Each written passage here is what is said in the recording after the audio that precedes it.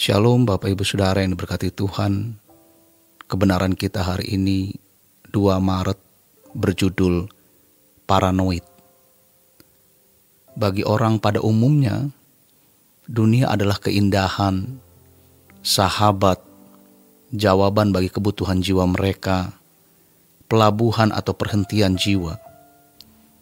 Inilah irama dan naluri hidup manusia pada umumnya.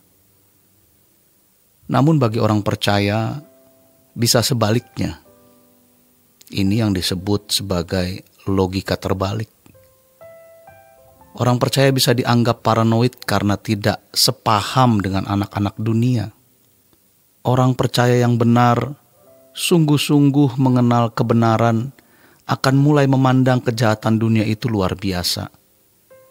Bahkan kemudian dia menemukan adanya pengajaran-pengajaran di dalam banyak gereja yang bertentangan dengan apa yang Tuhan Yesus ajarkan. Hal ini akan sangat menggelisahkan hatinya. Tampak sekali bagaimana ia merasa terancam oleh keadaan ini dan melihat ancaman bagi orang banyak. Tentu saja ini bisa dipandang sebagai paranoid. Seperti Martin Luther yang dianggap sebagai paranoid ketika ia menunjukkan kegelisahannya terhadap ajaran gereja pada waktu itu.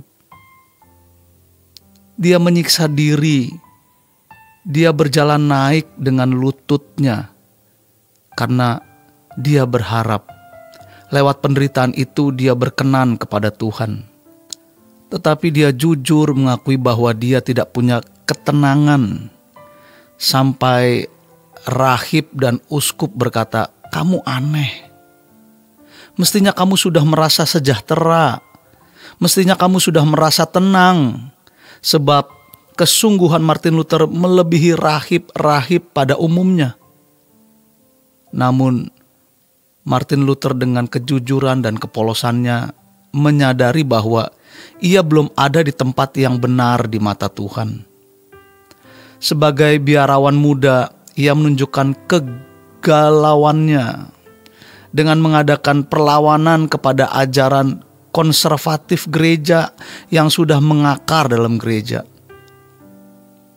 Sebagai akibatnya, ia dianggap penyesat, pemberontak, pembelot gereja.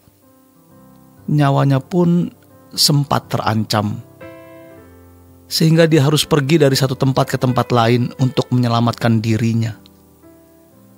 Akan tetapi, demi kebenaran yang diyakininya, Martin Luther tetap pada pendiriannya sehingga akhirnya bergulirlah protes yang melahirkan banyak gereja Protestan hari ini.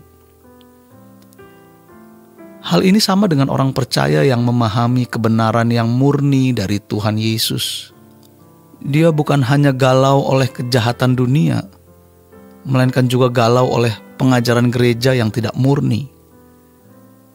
Ia merasa galau terhadap gereja yang menyimpang, sehingga merasa terancam oleh penyesatan itu.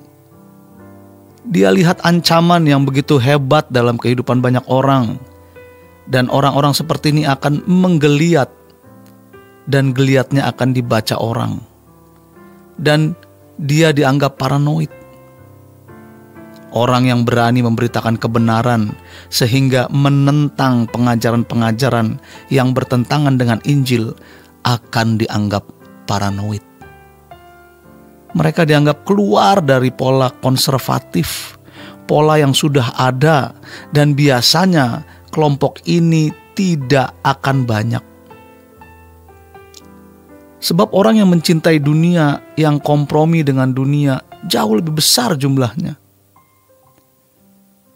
Berdasarkan penelitian dan observasi yang diakui oleh fakta empiris, didapati bahwa penderita paranoid memiliki keyakinan palsu, di mana dia merasa ada ancaman, tapi juga keyakinan palsu, di mana dia merasa memiliki satu kelebihan atau menjadi orang penting. Hal ini akan terekspresi secara permanen dalam berbagai tindakan yang mereka lakukan.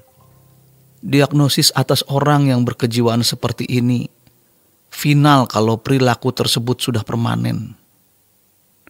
Mereka dianggap menderita sakit jiwa karena merasa ada satu kelebihan dalam dirinya atau menjadi orang penting. Orang percaya pun bisa dipandang oleh orang di sekitarnya demikian. Sebab orang percaya merasa diri sebagai anak-anak Allah, akan dimuliakan bersama dengan Tuhan Yesus, anggota keluarga kerajaan Allah, bangsawan-bangsawan sorgawi. Dan keyakinan ini akan membawa dampak yang sangat nyata. Dan seluruh filosofi hidup dan perilakunya pasti berbeda dengan orang-orang di sekitarnya. Dengan keyakinan yang sangat kuat yang terekspresi dalam seluruh tindakan dan perilakunya, orang percaya yang normal ini dianggap sebagai tidak normal atau paranoid. Memang banyak orang Kristen memiliki keyakinan bahwa dirinya adalah anak-anak Allah, percaya akan dimuliakan bersama dengan Kristus dan seterusnya. Tetapi itu hanya keyakinan dalam pikiran atau semacam pengaminan akali, bukan sesuatu yang sungguh-sungguh mencengkeram hidupnya. Jadi jangan heran kalau percayanya itu belum merubah kelakuannya secara permanen. Dia hanya mengucapkan dalam kata-kata atau lantunan pujian, namun sebenarnya mereka belum sungguh-sungguh masuk wilayah apa yang dipercayai itu. Kalimat rinduku, hausku akan dirimu, bilakah ku diam di sana selamanya, itu hanya di mulut saja. Ikut menyanyikan lagu "O Yerusalem, kota mulia, hatiku rindu ke sana." Akan tetapi tingkah lakunya tidak menunjukkan kalau dia merindukan Yerusalem, tidak menunjukkan dia sungguh-sungguh bangsawan sorgawi. Kalau soal duit masih ribut, soal kedudukan masih berantem, itu berarti mereka belum menghayati realitasnya sebagai bangsawan sorgawi yang nilainya lebih dari nilai jabatan seseorang presiden di dunia. Pertanyaannya, seberapa kita menghayati itu? Apakah kita sudah sungguh-sungguh masuk wilayah itu? Kalau seorang mengaku sebagai anak Allah, ia harus seperti Bapanya. Dia harus serius berusaha memiliki karakter seperti Bapa. Walaupun dalam usahanya dia masih jatuh bangun, namun usahanya maksimal. Sebagai seorang percaya, setiap kita pasti punya usaha dan juga mengaku, saya belum sempurna. Saya juga jatuh bangun. Padahal masalahnya adalah karena kita tidak maksimal, sehingga kita tidak menghayati keadaan kita sebagai anak-anak Bapa di sorga. Bagaimana seorang bisa menghayati diri sebagai anak-anak Allah kalau tidak berusaha dengan sekuat tenaga menjadi seperti Bapa? Mental orang Kristen seperti ini bukanlah mental anak-anak Allah. Pasti mereka masih mencintai dunia.